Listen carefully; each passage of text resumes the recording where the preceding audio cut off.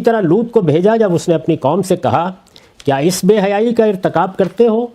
تم سے پہلے دنیا میں کسی قوم نے اس کا ارتکاب نہیں کیا۔ سلامتی ہے ان آنکھوں پہ جو ہدایت پہ نظریں جمائے بیٹھی ہیں، ان کانوں پہ جو ذکر خیر کے منتظر رہتے ہیں، اور ان قدموں پہ جو ہدایت کی راہ پہ گامزن ہیں۔ حضرت لوط سیدنا ابراہیم علیہ السلام کے بھتیجے تھے۔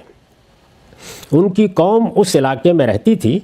جو شام کے جنوب میں عراق و فلسطین کے درمیان واقع ہے اور آج کل شرق اردن کہلاتا ہے۔ یعنی یہ علاقہ تھا جس میں لوط علیہ السلام کی قوم آباد تھی۔ یہ چونکہ اس قوم میں بیاہے گئے تھے تو اس وجہ سے گویا اسی قوم کے فرد بن گئے تھے، ورنہ یہ خاندان ابراہیم میں سے ہیں، یعنی ان کے بھتیجے ہیں۔ ابراہیم علیہ السلام پر بھی ایمان لائے، صاف معلوم ہوتا ہے کہ انہی کے ساتھ ہجرت کی، اور یہ بھی معلوم ہوتا ہے کہ ایسے صالح تھے کہ پروردگار نے نبوت کے لیے ان کا انتخاب کیا۔ حضرت لوط سیدنا ابراہیم علیہ السلام کے بھتیجے تھے۔ ان کی قوم اس علاقے میں رہتی تھی جو شام کے جنوب میں عراق و فلسطین کے درمیان واقع ہے اور آج کل شرق اردن کہلاتا ہے۔ بائبل میں ان کے سب سے بڑے شہر کا نام سدوم بتایا گیا ہے، یعنی جو سب سے بڑا اس قوم کی بستیوں میں شہر تھا اس کا نام سدوم۔ لوط علیہ السلام ان کے اندر رہ تو رہے تھے لیکن ان کے اندر سے نہیں تھے، یعنی اس قوم کے فرد نسبی لحاظ سے نہیں تھے۔ ان کا تعلق اس قوم کے ساتھ وہی تھا جو حضرت موسیٰ علیہ السلام کا قوم فرعون کے ساتھ تھا، یعنی حضرت موسیٰ بھی قوم فرعون میں سے نہیں تھے بلکہ قبطیوں کے مقابل میں بنی اسرائیل میں سے تھے، لیکن انہیں بھیجا گیا۔ آگے ان کی بیوی کا ذکر جس اسلوب میں ہوا ہے اس سے اشارہ نکلتا ہے کہ ان کی شادی اسی قوم کے اندر ہوئی تھی، یعنی یہ سحری تعلق چونکہ پیدا ہو چکا تھا تو اس وجہ سے یہ موضوع ہوا کہ انہی کو اللہ تعالیٰ اٹھائے اور اٹھا کر اس قوم کے لیے انذار کے منصب پر فائز کر دے۔ ان کی شادی اسی قوم کے اندر ہوئی تھی اور اس لحاظ سے وہ انہی کے ایک فرد بن چکے تھے۔ قوم لوط کے الفاظ قرآن میں اسی رعایت سے آئے ہیں۔ اسی طرح لوط کو بھیجا جب اس نے اپنی قوم سے کہا کیا اس بے حیائی کا ارتکاب کرتے ہو؟ تم سے پہلے دنیا میں کسی قوم نے اس کا ارتکاب نہیں کیا۔ یہ جو کیا اس برائی کا یا اس بے حیائی کا ارتکاب کرتے ہو، یہ استفہام اظہار نفرت و کراہت کے لیے ہے۔ یعنی جب آپ دیکھیں کہ کوئی شخص ایسا کام کر رہا ہے کہ کسی شریف النفس انسان کو تو اس کی طرف آنکھ اٹھا کے بھی نہیں دیکھنا چاہیے، تو یہ طریقہ اختیار کیا جاتا ہے اظہار نفرت و کراہت کے لیے۔ یہ استفہام اظہار نفرت و کراہت کے لیے ہے، اور آیت میں الفاحشہ کا لفظ بتا رہا ہے کہ بدکاری کی یہ صورت اس قوم میں اس درجے عام تھی کہ متکلم اور مخاطب دونوں نام لیے بغیر محض حرف تعریف سے سمجھ سکتے تھے کہ اس سے کیا مراد ہے۔ یعنی بعض موقعوں کے اوپر ایک چیز ایسی عام ہو چکی ہوتی ہے کہ آپ بس اس کے اوپر ایک جیسے انگریزی زبان میں دی لگا دیتے ہیں، وہ لگا دیجئے تو ہر شخص جو آپ کا مخاطب ہے وہ سمجھ لے گا کہ آپ کس برائی کی طرف اشارہ کر رہے ہیں۔ ویسے تو فاحشہ کا لفظ جنسی انحراف کی ہر صورت کے لیے استعمال ہو سکتا ہے، لیکن یہاں الف لام سے واضح ہو گیا کہ کس جانب اشارہ ہے۔ اتاتون الفاحشہ ما سبقکم بہا من احد من العالمین۔ اب یہ جو فرمایا کہ تم سے پہلے دنیا میں کسی قوم نے اس کا ارتکاب نہیں کیا، اس پر میں نے لکھا ہے یہ پہلے جملے کی طرح یہ جملہ بھی اظہار نفرت و کراہت کے لیے ہے اور اسلوب تعجب کا ہے۔ یعنی قرآن مجید کو پڑھتے ہوئے چونکہ ادب کی زبان ہے، خطابت کا اسلوب ہے، تو اس وجہ سے یہ دیکھنا پڑتا ہے کہ بات کیسے کہی گئی، اور اسلوب تعجب کا ہے۔ آیت میں من احد من العالمین کے جو الفاظ آئے ہیں، یہ جو کہا ہے کہ تم سے پہلے دنیا میں کسی قوم نے اس کا ارتکاب نہیں کیا، یہ افراد میں سے کسی فرد کے معنی میں بھی آ سکتے ہیں اور قوموں میں سے کسی قوم کے معنی میں بھی۔ یعنی یہ جب ہم کہتے ہیں کہ اے شخص تم سے پہلے کسی نے اس کا ارتکاب نہیں کیا تو یہ گویا فرد کے بارے میں ہوئے، اور جب قوم کے بارے میں تو ظاہر ہے کہ پھر قومی سطح پر بات ہو رہی ہوتی ہے۔ یہاں قوم کے لیے ہے، اور استاذ امام کے الفاظ میں مدعا یہ ہے کہ تم سے پہلے کوئی شامت زدہ سوسائٹی ایسی نہیں گزری جس نے اس غلاظت کو تمہاری طرح اوڑھنا بچھونا بنا لیا ہو۔ یعنی اس کا یہ مطلب نہیں ہے کہ اس سے پہلے کسی کو اس برائی میں ملوث نہیں دیکھا گیا، یہ مطلب نہیں ہے۔ مطلب یہ ہے کہ اس درجے میں، اس سطح پر اس طرح برائی کا ارتکاب کیا جائے کہ وہ گویا قوم کا فیشن بن جائے، یہ اس سے پہلے کبھی نہیں ہوا۔ قرآن کے دوسرے مقامات سے معلوم ہوتا ہے کہ اس برائی نے ان کے اندر ایک فیشن اور تہذیبی روایت کی حیثیت اختیار کر لی تھی۔ اس کے مرتکبین اپنی محافل میں برملا اس کا اظہار کرتے اور اس پر کوئی شرم محسوس نہیں کرتے تھے۔ یہی سبب ہے کہ دوسرے پیغمبروں کی طرح توحید سے اپنی بات کی پدہ کرنے کے بجائے لوط علیہ السلام نے سب سے پہلے اسی پر تنبیہ فرمائی۔ یعنی یہاں دو باتوں کی وضاحت مقصود تھی، ایک اس بات کی کہ یہ کیوں کہا کہ اس سے پہلے کسی قوم نے یہ کام نہیں کیا، تو مطلب یہ تھا کہ اس سطح پر نہیں کیا، اس طریقے سے نہیں کیا، اس طرح تہذیب اور فیشن بنا کر نہیں کیا جس سطح پر تم اسے کر رہے ہو۔ ابھی بھی ہم دیکھ رہے ہیں کہ یہ برائی مختلف قوموں میں موجود رہی ہے، افراد میں بھی موجود رہی ہے، اس وقت بھی آپ کو ہر جگہ ملے گی۔ لیکن اگر کسی قوم کا یہ حال ہو جائے، لوگ مجلسوں میں اس طرح کے معاملات کا ذکر کرنے لگ جائیں، ایک دوسرے کے سامنے اس پر اظہار فخر کرنے لگ جائیں، اپنے اس طرح کے تعلقات کا عام چرچا کرنے لگ جائیں، یہ چیز اخباروں کی زینت بننے لگ جائے، اگر کسی کا کوئی خاص محبوب ہو تو اس کے قصیدے لکھیں اور وہ ہر جگہ پڑھے جا رہے ہوں، تو پھر گویا یہ چیز فیشن بن گئی، پھر یہ محض ایک برائی نہیں رہی جس کو آدمی کرتا بھی ہے تو شرم محسوس کرتا ہے یا چھپانے کی کوشش کرتا ہے۔ اس سے یہ مقصود ہے بتانا کہ برائیاں تو سب رہی ہیں، یعنی انسان کی فطرت میں کوئی بڑا تغیر نہیں آتا، لیکن ایک برائی انفرادی سطح پر ہوتی ہے، ایک برائی قومی سطح پر برائی بن جاتی ہے۔ ہمارے ہاں آپ دیکھیے کہ جس طریقے سے موجودہ زمانے میں یہ ہم جنس پرستی اور اس سے متعلق دوسری بعض چیزیں زیر بحث آئی ہیں، قومی مسئلہ بنی ہے، ان تعلقات کو شادی بیاہ کے الفاظ سے تعبیر کیا گیا ہے، عدالتوں نے ان کے حق میں فیصلے کیے ہیں۔ ظاہر ہے کہ یہ چیز اس سے پہلے سوسائٹی میں یا عام طور پر دنیا میں نہیں ہوئی۔ تو قوم لوط کے ہاں یہ معاملہ اس سطح پر ہو گیا تھا، مردوں کے ساتھ تعلقات کا، اس وجہ سے یہ فرمایا کہ اس سے پہلے دنیا میں کسی قوم نے اس کا ارتکاب نہیں کیا۔ پھر جو دوسرا پہلو ہے کہ سیدنا لوط علیہ السلام نے یہ کیوں کیا کہ اسی برائی سے بات کی ابتدا کی، یہ بھی تو ایک سوال ہے، اس پر انشاءاللہ ہم اگلی نشست میں بات کریں گے۔ اقول قولی ھذا واستغفر اللہ لی ولکم ولسائر المسلمین۔ اب قوم لوط زیر بحث ہے، اس کا جو حصہ پڑھا جا چکا ہے ربط کلام کے لیے میں اس کا ترجمہ پڑھ دیتا ہوں۔ اسی طرح لوط کو بھیجا جب اس نے اپنی قوم سے کہا کیا اس بے حیائی کا ارتکاب کرتے ہو؟ تم سے پہلے دنیا میں کسی قوم نے اس کا ارتکاب نہیں کیا، تم سے پہلے کسی قوم نے اس کا ارتکاب نہیں کیا۔ یہ میں نے واضح کیا تھا کہ اس کا مطلب کیا ہے، یعنی افراد اس طرح کے گناہوں میں مبتلا ہوتے رہے ہیں، یہ تو تاریخ کی ابتدا ہی سے واضح ہے۔ لیکن ایک قوم بحیثیت قوم کسی برائی کو اپنا لے، بحیثیت قوم اس کو اختیار کر کے اس پر فخر کا اظہار کرے، وہ اس کے ہاں ایک فیشن اور ایک تہذیبی روایت بن جائے، یہ قرآن مجید کا مدعا ہے کہ اس سے پہلے کبھی نہیں ہوا تھا۔ اس پر استاذ امام کا نوٹ ہے، وہ ہم پڑھنے والے تھے، وہ لکھتے ہیں ایک برائی تو وہ ہوتی ہے جو خواہ کتنی ہی سنگین ہو لیکن وہ انسانی عوارض میں سے ہے اور انسانوں کے اندر پائی جاتی ہے یا پائی جا سکتی ہے۔ بہت سی برائیاں ہیں، لوگ ملاوٹ بھی کرتے ہیں، غبن بھی کرتے ہیں، دھوکہ بھی دیتے ہیں، زنا بھی کرتے ہیں، بہت سی برائیاں ہیں جو انسانوں کے اندر جس طرح کے انسان کی شخصیت کی تعریف ہوئی ہے اس کے لحاظ سے پائی جا سکتی ہیں۔ ایک برائی تو وہ ہوتی ہے جو خواہ کتنی ہی سنگین ہو لیکن وہ انسانی عوارض میں سے ہے اور انسانوں کے اندر پائی جاتی ہے یا پائی جا سکتی ہے۔ دوسری برائی وہ ہے جس کا گھنونا پن اس قدر واضح ہے کہ کسی انسان کے اندر عادت کی حیثیت سے یا کسی سوسائٹی کے اندر فیشن کی حیثیت سے اس کا پایا جانا اس کے بغیر ممکن نہیں کہ اس انسان یا اس سوسائٹی کی فطرت بالکل مسخ ہو گئی ہو۔ یعنی لوگ برائیاں تو اختیار کر لیتے ہیں، لیکن اگر برائی کی نوعیت ایسی ہے کہ وہ انسانیت کے مجموعی تصور ہی کے خلاف ہے، انسان کو جس فطرت پر پیدا کیا گیا ہے اسی سے انحراف ہے، انسان کہلانے کا حقدار جس بنیاد پر ہوتا ہے وہ اسی بنیاد کو منہدم کر رہی ہے، تو پھر وہ آخری درجے کے گھنونا پن کے ساتھ معاشرے میں پائی جا رہی ہے۔ دوسری برائی وہ ہے جس کا گھنونا پن اس قدر واضح ہے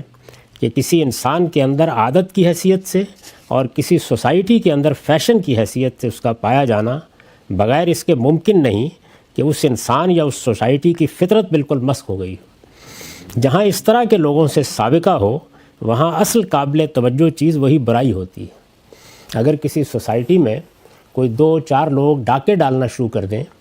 تو یہ وہ چیز ہے کہ جو معاشروں میں ہوتی رہتی ہے، یعنی بعض لوگ اسی طرح سرکش ہو جاتے ہیں، وہ سوسائٹی کا نظم و نسق درم برم کرنے کے درپے ہو جاتی ہیں، اس کے پیچھے بھی کوئی تاریخ ہوتی ہے، وہ تلاش کی جا سکتی ہے۔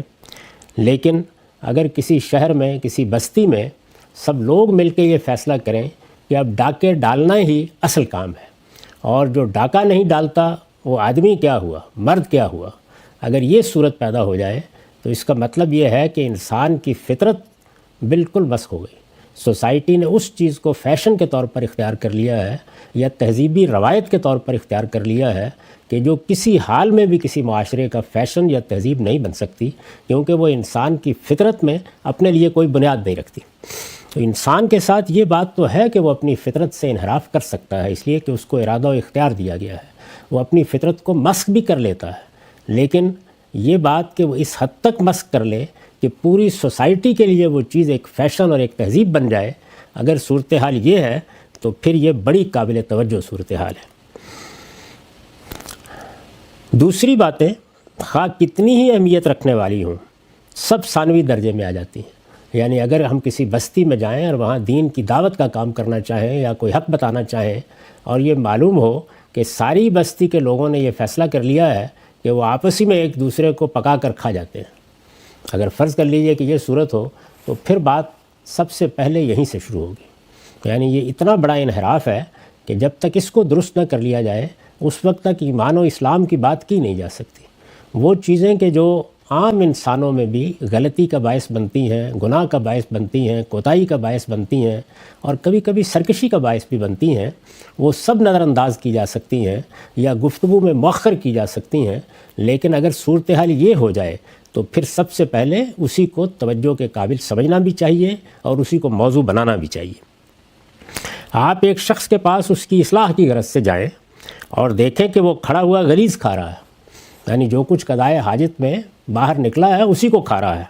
اور دیکھیں کہ وہ کھڑا ہوا غلیظ کھا رہا ہے، تو آپ اس کو ایمان و اسلام کی تلقین کریں گے یا سب سے پہلے اس کی یہ عبرت انگیز حالت آپ کو متوجہ کرے گی؟ پھر تو سب سے پہلی چیز یہی ہوگی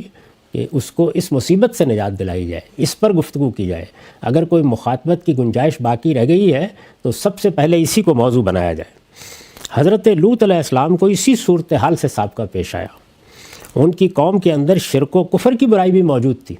یہ اس لیے استاد امام کو وضاحت کرنا پڑی ہے کہ بالعموم انبیاء علیہم السلام جب آتے ہیں تو وہ شرک سے، توحید کی دعوت سے ابتدا کرتے ہیں، یعنی شرک کا ابطال، توحید کی دعوت، لیکن یہاں بات شروع ہی اس برائی کے ذکر سے ہوئی ہے۔ تو وہ یہ کہتے ہیں کہ اس کی وجہ کیا ہے؟ حضرت لوط علیہ السلام کو اسی صورتحال سے سابقہ پیش آیا۔ ان کی قوم کے اندر شرک و کفر کی برائی بھی موجود تھی اور دوسری تمام برائیاں بھی جو شرک و کفر کے لوازم میں سے ہیں موجود تھیں، لیکن جن کی فطرت اتنی اوندھی ہو گئی ہو کہ مرد مردوں ہی کو شہوت رانی کا محل بنائے ہوئے ہوں، ان کو تو سب سے پہلے اس غلاظت کی دلدل سے نکالنے کی ضرورت تھی۔ ان سے کوئی دوسری بات کرنے کا مرحلہ تو بہرحال اس کے بعد ہی آ سکتا تھا۔ یعنی یہ وہی اصول ہے کہ برائی ہے، برائی کی نوعیت بھی ایسی ہے کہ وہ انسانوں کے اندر پائی جا سکتی ہے۔ برائیاں وہ بھی ہیں کہ جو خلاف فطرت نہیں ہیں لیکن بہرحال برائیاں ہیں، اور وہ برائیاں بھی ہیں کہ جس میں جب تک انسان کی فطرت مسخ نہ ہو جائے، جب تک وہ انسان کی حیثیت سے اپنے مرتبے ہی سے منحرف نہ ہو جائے، وہ اس چیز کا ارتکاب نہیں کر سکتا۔ یعنی کسی بستی میں اگر لوگ یہ طے کر لیں کہ انسانوں کو قتل کر دینا یہی خوبی ہے، ان کو کھا جانا، ان کا گوشت کھا جانا یہی خوبی ہے، انسانوں کا پیدا ہونے کے بعد اپنے ہی بچوں کو زندہ درگور کر دینا یہی خوبی ہے، اگر صورتحال یہ ہو گئی ہے تو اس کا مطلب یہ ہے کہ جن لوگوں سے ہم اس وقت خطاب کر رہے ہیں، جن سے بات کر رہے ہیں، وہ فطرت کے مسخ ہونے کی اس حالت کو پہنچ گئے جہاں پہلے اس پر بات ہوگی، اس کے بعد پھر کسی ایمان و عقیدے کی بحث چڑھی جائے گی۔ تو سیدنا لوط علیہ السلام نے اسی لیے اپنی قوم کے ساتھ یہاں سے بات شروع کی۔ معاف کیجیے۔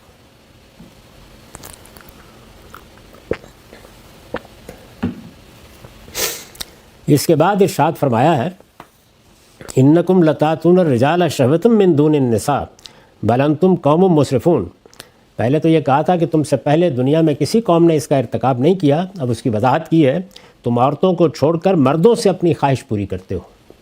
انکم لتاتون الرجال شہوۃ من دون النساء بل انتم قوم مسرفون۔ حقیقت یہ ہے کہ تم بڑے اوندے بلکہ بالکل ہی حد سے گزر جانے والے لوگ ہو۔ یہ انہوں نے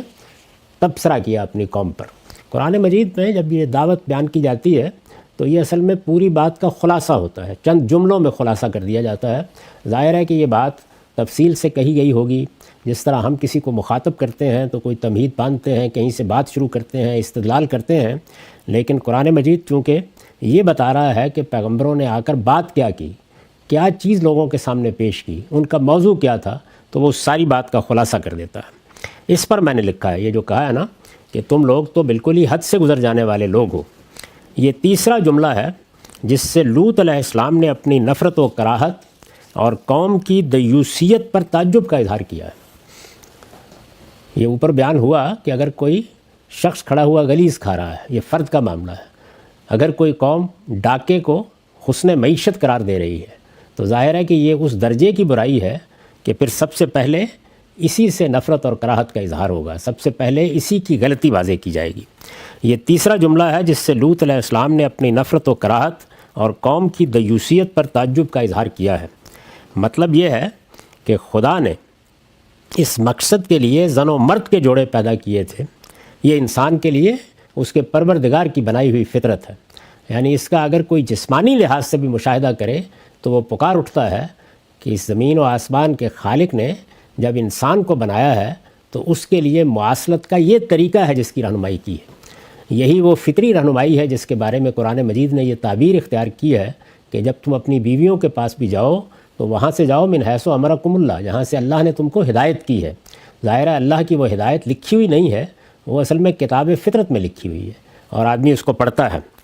مطلب یہ ہے کہ خدا نے اس مقصد کے لیے زن و مرد کے جوڑے پیدا کیے تھے، تم عورتوں کو چھوڑ کر کس اوندی فطرت کا مظاہرہ کر رہے ہو؟ پھر لڑکے تو لڑکے تمہارے مرد تک اسی لعنت میں گرفتار ہیں۔ یعنی اگر کچھ نوجوان ابتدا میں اس طرح کے کسی جرم کا ارتکاب کر بیٹھیں، کسی برائی میں مبتلا ہو جائیں، اس طرح کا کوئی انحراف اختیار کر لیں تو چلیے یہ اصلاح کا موضوع ہو سکتا ہے، اس کو مؤخر بھی کیا جا سکتا ہے۔ لیکن جہاں مجلسوں میں بیٹھ کر باتیں کرنے والے، جہاں قوم کے زعماء آگے اس کی تصویر ہوگی جس سے اندازہ ہوگا کہ یہ کس درجے میں تھا۔ یعنی ایسا نہیں ہے کہ وہ لوگ کہیں چھپ کے یہ معاملہ کر لیتے تھے یا کہیں کہہ دیتے تھے کہ اس میں کیا حرج ہے اور اس میں کیا برائی کی بات ہے، نہیں، وہ باقاعدہ طریقے کے اوپر اس کو ایک فیشن اور ایک تہذیب بنا چکے تھے۔ پھر لڑکے تو لڑکے تمہارے مرد تک اسی لعنت میں گرفتار ہیں۔ یہ کیسا فساد طبیعت ہے جس نے تمہیں اس مرض خبیث میں مبتلا کر دیا ہے۔ اس قدر شدید نفرت و کراہت اور اظہار تعجب کی وجہ یہ ہے کہ زنا اپنے تمام مفاسد کے باوجود نفس انسانی کی بنیادی ترکیب میں کوئی خلل پیدا نہیں کرتا۔ یعنی زنا بھی برائی ہے۔ قرآن مجید سے معلوم ہوتا ہے کہ شرک، قتل اور زنا 3 بڑے گناہ ہیں، اکبر الکبائر ہیں۔ یہ بالکل ٹھیک ہے، لیکن اگر کوئی آدمی شرک کا ارتکاب کرتا ہے تو وہ اللہ پر جھوٹ باندھتا ہے۔ اگر کوئی شخص قتل کرتا ہے تو اللہ کے خلاف بغاوت کرتا ہے۔ اگر کوئی آدمی بدکاری کا ارتکاب کرتا ہے تو اللہ تعالیٰ نے جو نظم بنایا ہے یہاں معاشرت کے لیے، اس سے متعلق اللہ کی اسکیم کو باطل ٹھہراتا ہے۔ چنانچہ یہ سب اپنی جگہ گناہ ہیں اور بڑے گناہ ہیں، لیکن جس وقت انسان کسی ایسے فعل کا ارتکاب کرتا ہے کہ جو انسان کے انسان ہونے ہی کی نفی کر دے، انسان کے انسان ہونے ہی کو مارز بحث میں لے آئے، تو اب معاملے کی نوعیت بہت مختلف ہو گئی۔ اگر کسی انسان کے بارے میں آپ یہ دیکھیں کہ وہ جانوروں سے مقاربت کے راستے تلاش کر رہا ہے تو اس کا مطلب یہ ہے کہ اس کی فطرت اتنی زیادہ مسخ ہو چکی ہوئی ہے کہ جو کچھ انسان کو انسان کہنے کے لیے ضروری ہے وہ بھی مشکل ہو گیا اس کے بارے میں۔ تو زنا اس کے باوجود کہ وہ نفس انسانی کی بنیادی ترکیب میں کوئی خلل پیدا نہیں کرتا، ایک برائی ہے، بہت بڑی برائی ہے، لیکن یہ بیماری لاحق ہو جائے جس کا یہاں ذکر ہو رہا ہے تو اسی ترکیب میں خلل عظیم پیدا کر دیتی ہے۔ میں نے اس کی مثالیں دی ہیں کہ اگر لوگ گوشت کھاتے ہیں اور اس میں مثال کے طور پر اللہ تعالیٰ کے بتائے ہوئے طریقے کے مطابق ذبح نہیں کرتے، ایسے کسی جانور کا گوشت کھاتے ہیں جس کا گوشت کھانا اللہ نے ممنوع قرار دیا ہے، یہ برائی ہے، یہ اللہ کے حکم کی نافرمانی ہے، یہ خبائث کی طرف میلان ہے۔ لیکن اگر انسانوں ہی کو کاٹ کر کھانا شروع کر دیا جائے تو اب معاملہ برائی کا نہیں رہا، یعنی انسان نے اصل میں اپنے انسان ہونے کے بنیادی لوازم ہی کو ختم کر دیا ہے، اپنی شخصیت کی تالیف ہی کو منہدم کر دیا ہے۔ تو قرآن مجید کے نزدیک مردوں کا مردوں سے قضائے شہوت کرنا اسی نوعیت کی چیز ہے۔ یعنی یہ ایسے ہی ہے کہ جس طرح کے انسان کو اللہ تعالیٰ نے انسانیت کا شرف دے کر جس راستے پر چلایا ہے، یہ کہا ہے نا کہ میں نے جب تمہیں بنایا تو قدر فہدا، یعنی ایک تمہارے لیے راستہ مقرر کر دیا اور پھر اس کی ہدایت تمہیں دی، یہ در حقیقت اس راستے ہی سے بنیادی طور پر انحراف ہے۔ یہ چیز ظاہر ہے کہ 2 ہی صورتوں میں ہو سکتی ہے، یا یہ کہ انسان اپنی فطرت کو آخری درجے پہ مسخ کر لے، یا یہ کہ کسی ذہنی یا کسی جسمانی مرض میں مبتلا ہو جائے۔ اور امراض جس طرح انسانوں کو دنیا میں آنے کے بعد لاحق ہوتے ہیں، بعض امراض پیدائشی بھی لاحق ہوتے ہیں، لیکن وہ مرض ہی رہتے ہیں، ان کو آپ صحت قرار نہیں دے سکتے۔ تو یہ چیز جو ہے اس کی طرف توجہ دلائی ہے کہ اگرچہ زنا بھی ایک برائی ہے، لیکن زنا پر پابندی کی وجہ معاشرت کو سامنے رکھ کے ہے، وہ خلاف فطرت نہیں ہے۔ وہ اللہ کے بنائے ہوئے طریقے کے مطابق ہی مقاربت کرنا ہے۔ جو طریقہ بیویوں کے معاملے میں جائز ہے وہ خلاف فطرت کیسے ہو سکتا ہے؟ لیکن نظم کو قائم رکھنے کے لیے، بچے کی پیدائش کے لیے، معاشرت کی حفاظت کے لیے اللہ تعالیٰ نے اس پر پابندی لگا دی، تو وہاں پابندی ہے اور وہ اس پابندی کی وجہ سے گناہ قرار پاتا ہے۔ یہاں صورتحال یہ ہے کہ فطرت اباہ کر رہی ہے، یعنی انسان کی حیثیت سے اس جانب اگر بڑھتا ہے تو اس کا مطلب یہ ہے کہ ایسے انحراف میں مبتلا ہو گیا ہے کہ جس میں اب اس کی اپنی شخصیت زیر بحث آ گئی ہے۔ تو یہ بتایا کہ یہ بیماری لاحق ہو جائے تو اسی ترکیب میں خلل عظیم پیدا کر دیتی ہے۔ میں نے عرض کیا کہ یہ ایک بیماری ہے جو یہاں ذریعہ بحث آ گئی، اس کے سوا بھی ہو سکتی ہیں اور ان کی مثالیں میں نے دے دی ہیں۔ تو یہ انہوں نے آ کے ان کو توجہ دلائی، یہ کہا تم عورتوں کو چھوڑ کر مردوں سے اپنی خواہش پوری کرتے ہو، حقیقت یہ ہے کہ تم بڑے اوندے بلکہ بالکل ہی حد سے گزر جانے والے لوگ ہو۔ اب اس کا جواب کیا ملا؟ ما کان جواب قومہ الا ان قالوا اخرجوہم من قریتکم، مگر اس کی قوم نے جواب دیا تو یہ دیا کہ انہیں اپنی بستی سے نکالو، یہ لوگ بڑے پاک باز بنتے ہیں۔ یعنی جو جواب ملا وہ یہ نہیں تھا کہ تمہاری بات میں غلطی ہے یا تم ہم پر کوئی الزام لگا رہے ہو یا اس معاملے میں ہم کوئی بات سمجھنا چاہتے ہیں۔ انہوں نے کہا کہ ان کو بستی سے نکالو، یہ بڑے پاک باز بنتے ہیں۔ یہ جو فرمایا کہ یہ بڑے پاک باز بنتے ہیں، اس پر میں نے لکھا ہے یہ کسی معاشرے کے بگاڑ کی آخری حد ہے جس تک پہنچ جانے کے بعد برائی تہذیب اور فیشن کا تقاضا اور نیکی باعث تان بن جاتی ہے۔ یعنی کسی معاشرے میں برائی کا ہونا یہ کوئی بعید چیز نہیں ہے۔ خود رسالت مآب صلی اللہ علیہ وسلم کے زمانے میں جو معاشرہ قائم ہوا اس میں بھی لوگوں نے گناہ کیے، ان کو سزائیں بھی دی گئیں۔ برائی تو انسانوں سے ہوتی ہے اور اچھے سے اچھے انسان برائی میں مبتلا ہو جاتے ہیں، لیکن برائی تہذیب اور فیشن کا تقاضا اور نیکی باعث تان بن جائے، یہ صورتحال معاشرے کی سطح پر اگر ہو جائے، یہ کسی معاشرے کے بگاڑ کی آخری حد ہے جس تک پہنچ جانے کے بعد برائی تہذیب اور فیشن کا تقاضا اور نیکی باعث تان بن جاتی ہے۔ لوگ یہ جاننے کے باوجود کہ پاکیزگی کیا ہے اسے اپنے اندر برداشت نہیں کرتے اور اس کے علمبرداروں کو اپنی بستیوں سے نکال پھینکنا چاہتے ہیں تاکہ جس طرح انہوں نے کپڑے اتار دیے ہیں باقی سب بھی ننگے ہو جائیں، اور کوئی یہ احساس دلانے والا نہ ہو کہ لباس بھی کوئی چیز ہوتی ہے جسے انسان کبھی پہنا کرتے تھے۔ اس میں بعض لوگ یہ بحث اٹھاتے ہیں اور خاص طور پر آج کے زمانے میں کہ کیا کچھ لوگوں کو یہ حق حاصل ہے کہ وہ سوسائٹی کے لیے داروغہ بن کر کھڑے ہو جائیں۔ یہ داروغہ بن کر کھڑے ہونا نہیں ہے اور نہ اس کی کوئی تائید کرتا ہے، لیکن دردمندانہ دعوت، استدلال کے ساتھ برائی کو واضح کرنا، حکمت کے ساتھ لوگوں کو اس سے روکنا، یہ تو وہ چیز ہے کہ اگر کسی معاشرے میں نہ رہے تو اس کا مطلب ہے معاشرہ بالکل مردہ ہو گیا۔ یعنی لوگ اگر اپنے گھر کا کوڑا اٹھائیں اور سڑک پر ڈالنا شروع کر دیں اور کوئی آدمی یہ کہے کہ اس میں لوگوں پر تنقید نہیں ہونی چاہیے یا اس سے اظہار نفرت نہیں ہونا چاہیے یا لوگوں کو اس پر توجہ نہیں دلانی چاہیے، وہ اپنے ہی گھروں کو پانی دینے والے نل کے اندر زہر گھولنا شروع کر دیں، تو ظاہر ہے کہ یہ وہ چیزیں نہیں ہیں کہ جن کے اوپر آپ نقد سے روک سکتے ہیں۔ جب برائی اس درجے میں ہوتی ہے تو پھر ہر شخص کو حق حاصل ہے کہ وہ اس کی طرف توجہ دلائے، لیکن توجہ دلاتے وقت انسانوں سے اظہار نفرت نہیں کیا جاتا، برائی سے نفرت کا اظہار کیا جاتا ہے، برائی کا برائی ہونا واضح کیا جاتا ہے، برائی کے بارے میں استدلال سے لوگوں کو بتایا جاتا ہے کہ اس میں کیا خرابی ہے، اس سے کس چیز میں خلل واقع ہو رہا ہے، وہ پاکیزگی اور طہارت کے خلاف ہے، وہ انسانی شرف کے خلاف ہے، وہ اس کی فطرت کے تقاضوں کے خلاف ہے۔ یہ سب چیزیں واضح کی جاتی ہیں۔ اس میں بحث بھی ہو سکتی ہے، دوسرا اپنا نقطہ نظر بھی بیان کر سکتا ہے، لیکن یہاں آپ دیکھیے کہ جب دعوت دی گئی تو انہوں نے کہا کہ یہ لوگ بڑے پاک باز بنتے ہیں، ان کو اب اس بستی میں رہنے کا کوئی حق نہیں ہے۔ یہ صورتحال بھی قوموں کے ہاں ہو جاتی ہے۔ فرمایا کہ فَأَنجَيْنَاهُ وَأَهْلَهُ إِلَّا امْرَأَتَهُ، پھر کیا ہوا سو ہم نے اسے اور اس کے گھر والوں کو بچا لیا، اس کی بیوی کے سوا، کانت من الغابرین، وہ پیچھے رہ جانے والوں میں رہ گئی، وَأَمْطَرْنَا عَلَيْهِمْ مَطَرًا، اس کی بیوی کے سوا وہ پیچھے رہ جانے والوں میں رہ گئی اور اس کی قوم پر پتھروں کی بارش برسا دی۔ فَانظُرْ كَيْفَ كَانَ عَاقِبَةُ الْمُجْرِمِينَ، جس طرح کے برسانے کا حق تھا پھر دیکھو کہ ان مجرموں کا کیا انجام ہوا۔ یعنی یہ گویا لوط علیہ السلام کی جو دعوت تھی اس کا خلاصہ کر دیا ہے، بتا دیا ہے کہ آ کر انہوں نے اپنی قوم کو، یعنی آگے کی بات کرنے کا موقع ہی کیا آتا، یہیں سے بات شروع کی اور شدید رد عمل ہوا۔ قوم ان کی زندگی کے درپے ہو گئی، قوم نے فیصلہ کر لیا کہ ان کو نکال باہر کرے گی۔ یہاں تفصیل نہیں بیان کی، پھر بتایا ہے کہ اس کے لیے بھی اللہ تعالیٰ نے بالکل بات کو نمایاں کر دینے کے لیے کہ یہ قوم کس جگہ تک پہنچ گئی ہے، فرشتوں کو بھیجا تو خوبرو لڑکوں کی صورت میں بھیجا،